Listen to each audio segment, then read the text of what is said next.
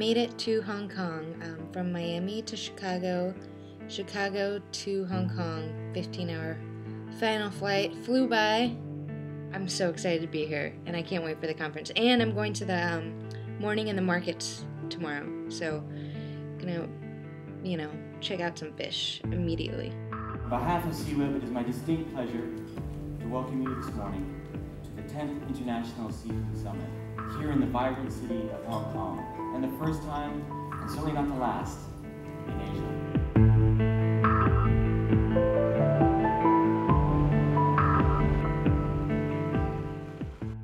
Asians or the Hong Kong actually shows quite a different interest when they are purchasing seafood. We have a really high demands for live products. During economic downturns, the people will switch from the live or the expensive items to the cheaper frozen items. But this is not the case in Hong Kong or in any Asian cities. The per capita consumption of seafood in Hong Kong reached 72 kilograms in 2010. We are impacting the whole world, and we have a place for us to act.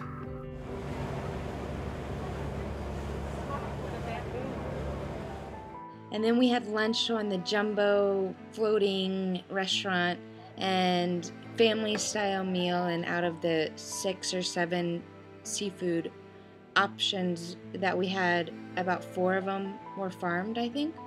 So that was interesting as well. My favorite was the clams and black bean sauce, low in the food chain. But some people were eating the eyeballs out of the snapper. That was fun. Right.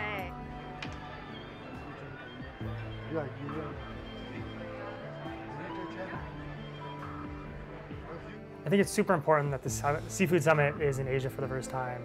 It's really exciting that as such a huge producer and consumer of seafood that they're coming to the table and starting to engage the issue of sustainability.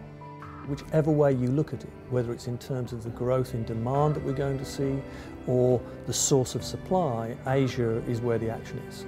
There's a lot of innovation going on in the private sector here in Asia. These people have their own vision of sustainability, and we wanted to hear it. Day 1 of the Seafood Summit, the plenary talk was great. I really enjoyed Dr. Stephen Hall's opening remarks. He spoke quite directly to really the issues that we see as being the most important in fisheries in the developing world. He described the distinction of demand versus need. In many of the communities where we work, fisheries are absolutely essential to their livelihoods, but also to the food security. How do we meet the growing need and demand for fish as an affordable and accessible source of protein? There are many pieces of the jigsaw that are falling into place, providing particularly small and medium enterprises with the support they need to develop their businesses sustainably. And that's going to require new models that we're now talking about, getting ethical investors who want a more patient return on their capital engaged and partnering with the small and medium enterprise sector. Reflecting back on today's talks, a lot of the sessions brought forth the idea of integration. Cooperative farming models can benefit the sector and allow aquaculture to grow sustainably. I'm confident that with the right conversations we can find the right answers.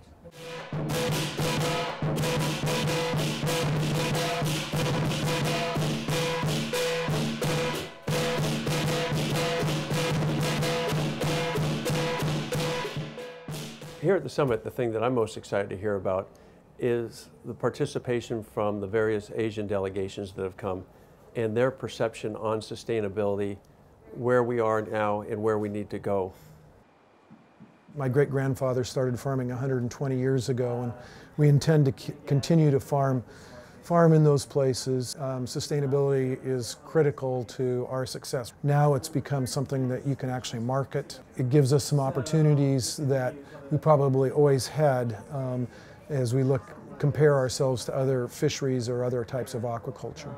My name is Martin Reed, and I have a website, ilovebluesea.com. We sell only sustainable seafood online to consumers nationwide. I like to think that the seafood industry is generally starting to trend in a better direction. It's starting to come into public awareness, which is very encouraging. I try to do my best to speak with my customer and to explain why I don't cook anymore this kind of fish, and I cook another one.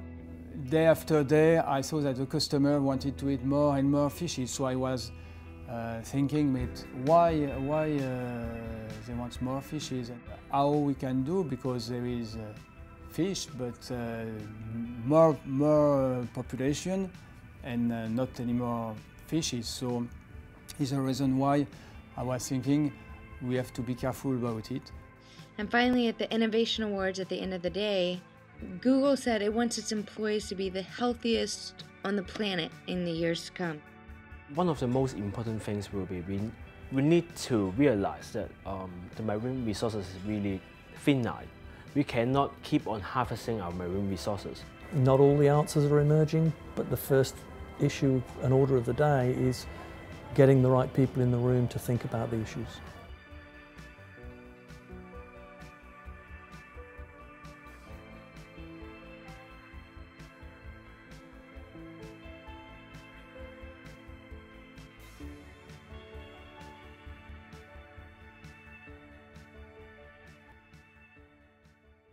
So all in all, an awesome day of meeting people and learning about cool new stuff that's going on.